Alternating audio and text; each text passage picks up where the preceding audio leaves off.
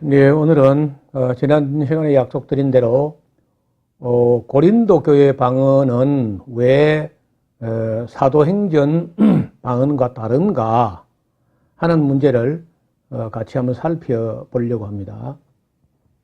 대부분의 목회자들과 학자들이 사도행전의 방언과 고린도 교회 방언은 좀 다르다 하는 것은 대체로 인식을 하고 있는 것 같아요. 그리고 왜 다르며 어떻게 다른가 하는 문제를 이제 놓고 이야기해 보면 이런저런 오해를 가지고 대화가 되질 않아요. 그래서 오늘 실제적으로 어떤 일이 있었는가 하는 요즘 말로 이제 팩트를 한번 살펴보자는 겁니다. 실제적으로 어떤 일이 있었는가. 고린도 교회의 방언은요, 거짓 방언인데도 사람들이 그걸 잘 몰랐던 것 같습니다. 지금까지도. 지난 시간에 우리가 본 대로 번역이 애매하게 된 것 때문에 그런 어떤 오해도 있고, 그 다음에 해석이 잘못된 것도 이제 있는데, 오늘 몇 가지를 좀 살펴볼 텐데요.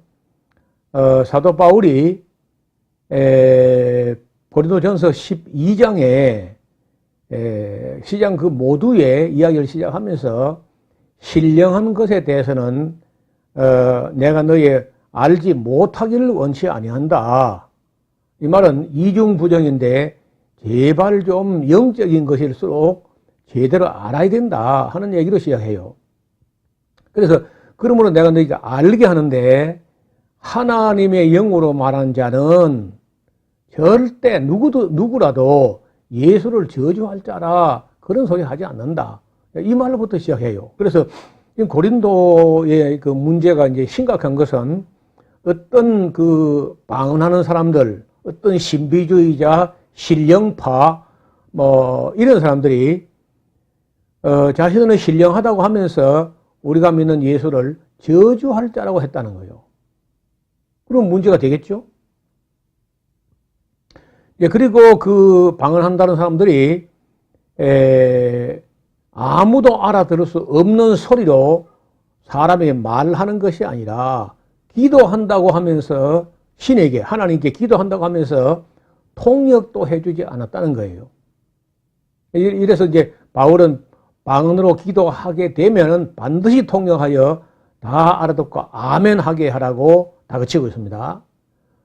방언하는 자들의 태도와 성품에서 무슨 하나님을 높이는 것도 없고 교회 덕을 세우는 것도 없고 자기의 유익만 구하고 이런 사람들이었어요. 그래서 바울은 반드시 통역을 하라고 할 뿐 아니라 만약 통역이 없으면 교회에서 방언하지 말라고까지 합니다. 고린도 교회의 방언은 개인에게 주시는 은사가 아닐까, 외국어를 잘할 수 있는 은사가 아닐까 하고 이제 바울이 처음에 생각을 했던 것 같습니다. 문제는 고린도 교회 방언은 사도 바울이 없을 때, 즉 감독하는 사도가 없는 데서 나타난 현상이에요. 그래서 조금 더 살펴봐야 되는데,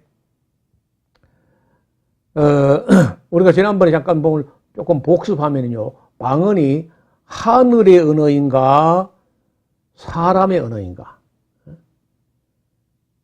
15개 지방에서 온 사람의 언어였지 하늘의 언어가 아닙니다. 일단 성경이 말한 방언은 하늘의 언어가 아닙니다. 사람들이 파르티아, 메디아, 메소포타미아, 엘람, 가파도기아, 폰투스, 부르기아, 비두니아, 아시아, 밤빌리아, 로마, 그레디아, 리비아, 애굽, 아라비아 이런 지역에서 온 사람들이 다 알아들을 수 있는 실제 언어였지 하늘의 언어 그런 게 아니에요. 성경에서도 방언을 하늘의 언어라고 말한 곳은 전혀 없습니다. 지난번에 우리가 살펴본 조금 복습하자면은 글로사라는 것은 tongues하고 이제 이 복수로 말하는데 오순절 방언, 가이사라 방언, 에베소 방언 알아듣는 사람들은 자기 지방 언어, 디알렉토스, 랭귀지고 알아듣지 못한 사람들에게는 글로사이스, tongues, 방언이라는 겁니다. 그리고 이제 사도행전 2장 4절에 사실은 한글 성경 오역이 있는데 거기 2장 4절에 있는 방언은 글로사이스고요. 6절부터 8절에 있는 것은 디알렉토스라는 건데 이거 다 똑같이 방언으로 오역을 한 겁니다. 앞에 거는 방언은 맞고요. 2장 4절에 6절 8절에 있는 것은 방언이 아니고 언어입니다. 언어, 랭귀지, 디알렉토스.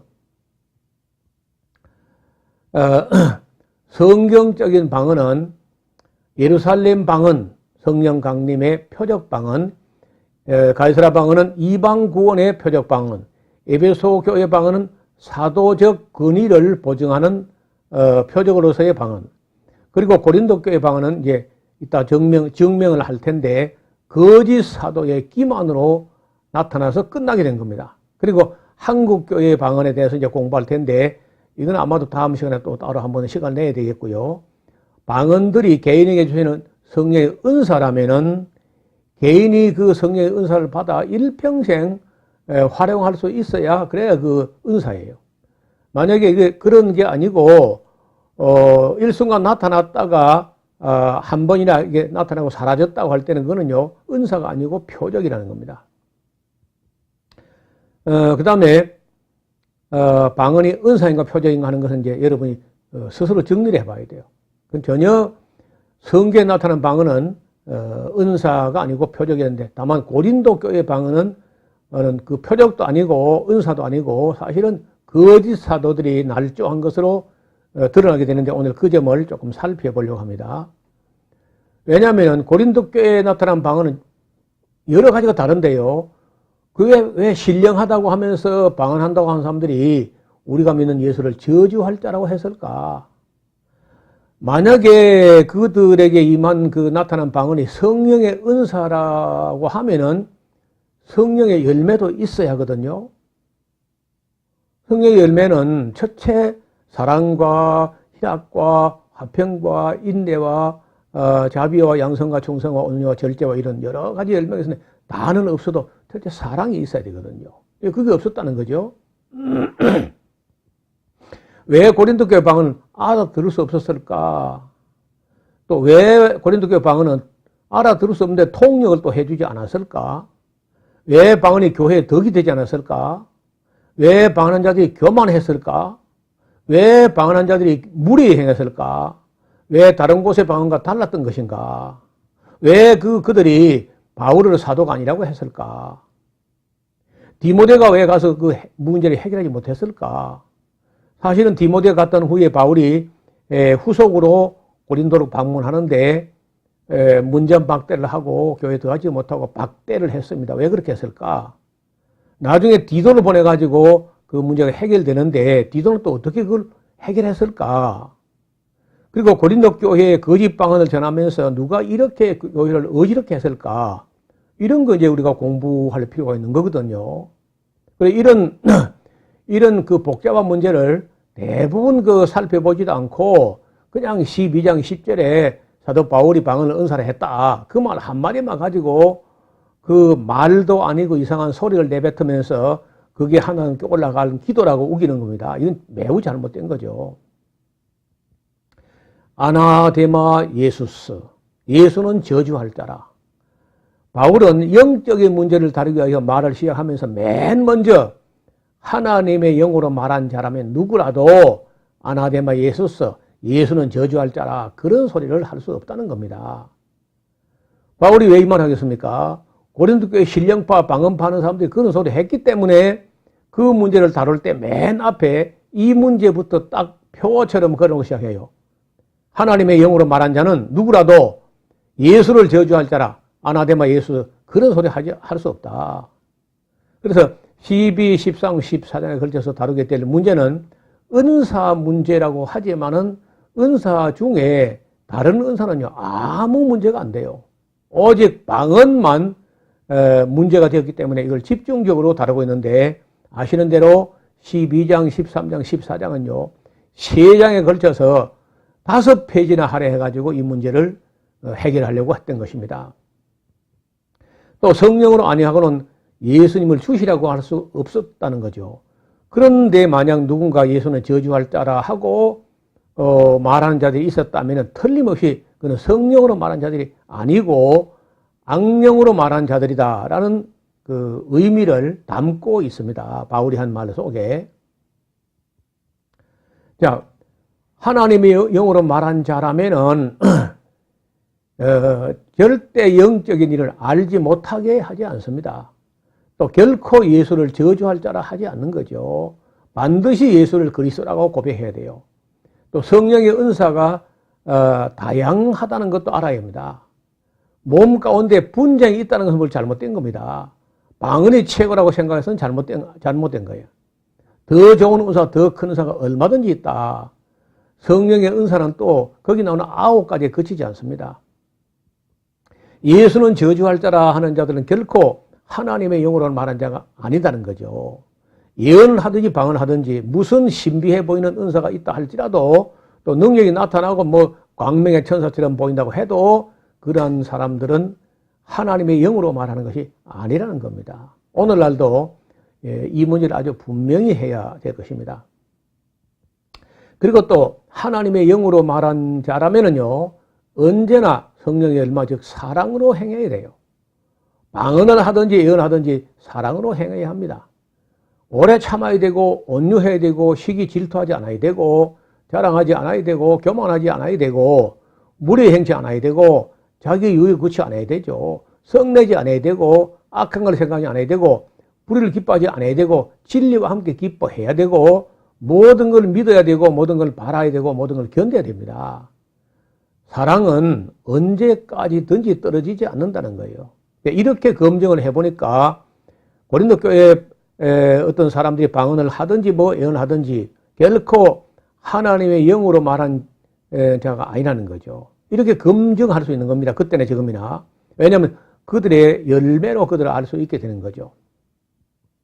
그리고 14장은 그 사도 바울이 고린도 교회 성도들에게 은사를 활용하는 그 지침을 제시하는데, 첫째, 언제나 사랑을 쫓아 행하라. 예언을 하든지 뭐 방언을 하든지 간에.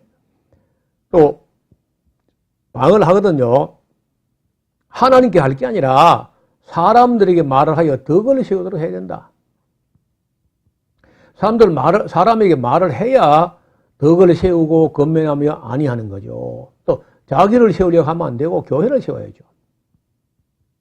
그리고 교회의 덕이 되기 위해서는 반드시 통역을 해야 됩니다. 통역하지 않은 방언은 헛소리가 되기도 하고 통역하지 않으면 야만적인 소리에 불과합니다. 방언을 하는 자라면 통역을 또 기도해 봐야 돼요. 방언을 알 수 없게 하고 통역하는 은사도 주지 않으면 영원히 모를 거 아니에요. 자물쇠를 주는 분 같으면 열쇠도 반드시 주는 거죠. 따라서 하나님이 방언을 주셨다면 그 방언을 통역한 통역 은사도 줄 수 있을 테니까 통역 은사도 기도해봐라 하고 기도하고 있습니다. 통역을 해서 다 알아듣고 아멘하게 해야 된다는 게 바울의 지론이죠. 그리고 지혜에 있어서는 장성한 사람이 되어야 됩니다. 그리고 방언을 한다 할지라도 다 함께 방언으로 떠들지 말아야 합니다. 방언을 한다 해도 두세 사람만 해야 되고 차례를 따라서 질서 있게 해야 돼요. 그리고 통역이 없으면 아예 방언을 교회에서 하지 말아야 합니다. 여러분들이 아마 잘 모르고 스쳐 지나갔을 텐데요. 우리말 성경에는 은사라는 말이 사도행전 13장 34절에 딱 한 번만 나오는데 그나마 그 단어는 카리스마라는 말이 아니고 은사라는 말이 호시오스라고 되어 있어요. 호시오스는 자비라는 말에 가까운 말입니다. 사도행전 13장 34절에 또 하나님께서 죽은 자 가운데서 그를 일으키사 다시 썩음을 당하지 않게 하실 것을 가르쳐 이르시되 내가 다윗의 거룩하고 미쁜 은사 호시오스 자비를 너에게 주리라 이렇게 한 거예요. 여기서 말하는 호시오스는 카리스마가 전혀 아닙니다. 정확하게 번역하면 거룩하고 미쁜 자비 머시스라고 해야 되는 말이죠. 따라서 사도행전 어느 곳에서도 은사라는 말은 존재하지 않습니다. 고린도 교회에서 은사 문제로 홍역을 치른 후에 그 후에 기록된 사도행전에서는 은사라는 말 자체를 아예 사용하지 않을 정도로 그 은사 문제를 함부로 말했다가는 교회가 혼란을 겪게 된다는 거예요. 지난번에 우리가 그 번역 비평 잠깐 해봤죠. 다시 조금 더 살펴봅니다. 고린도전서 14장 안에 있는 몇 구절이 애매하게 번역되어 가지고 심각한 오류를 초래하게 된 겁니다. 가장 중요한 것은요, 이 14장 2절을 엉터리를 번역했다는 겁니다. 방언을 말한 자는 사람에게 하지 아니하고 하나님께 하나니 이는 알아듣는 자가 없고 그 영어로 비밀을 말함이니라. 전혀 원문과 다른 번역입니다. 원문을 보면은요, 자 보세요. 이 원문에는요, 이 우리 번역에 반영되지 않은 단어가 여기 봐, 호가르 두 단어가 빠졌고 중간에 알라 이것도 빠졌고 또 한 번에 가르 빠졌고 뒤라는 역접의 접속사도 빠졌고 여기 안드로포이스라고 하는 여기에 우리 말에는 사람에게라고 했는데 원어 보세요. 안드로포이스, 안드로포스가 사람이고 안드로포이스는 사람들입니다. 그래서 한 단어, 두 단어, 세 단어, 네 단어, 다섯 단어를 빼먹거나 또 약화된 복수를 단수한 이런 짤막한 한 구절에서 중요한 단어를 다섯 단어나 빼버리면 그 말이 어떻게 되겠어요? 전혀 원래 기록된 원래 사도 바울이 말하려고 하는 그 의도대로 번역이 되지 않았습니다. 그 이유는 이걸 번역하면 그 이유는 방언을 말한 자가 사람들에게 말하지 아니하고 반대로 알라 반대로 하나님께 혹은 신에게 말하기 때문에 가르 때문에 영으로 비밀을 말해도 대 역접의 접속사 대 알아듣는 자가 없다. 이렇게 이제 번역해야 맞는 거거든요. 그래서 여러분 책을 펴놓고 한번 제가 번역한 이 직역 원문을 이 다섯 단어 빼먹지 않고 그대로를 다 포함된 채 제대로 번역한 이 번역문과 여러분 성경에 있는 번역문을 대조해 보시면 의미가 반대로 나타나게 될 것입니다. 이 문제를 해결하지 않고는요, 고린도 교회 문제는 한치도 앞을 나가지 못해요. 그래서 번역 비평이 매우 중요하다는 말씀을 드리는 것입니다. 이 다음에 다시 이제 고린도 교회의 방언 문제에 대해서 도대체 누가 무슨 짓을 한 것인지 하는 것을 또 한번 같이 만나서 살펴보기를 원합니다. 오늘은 여기까지입니다. 감사합니다.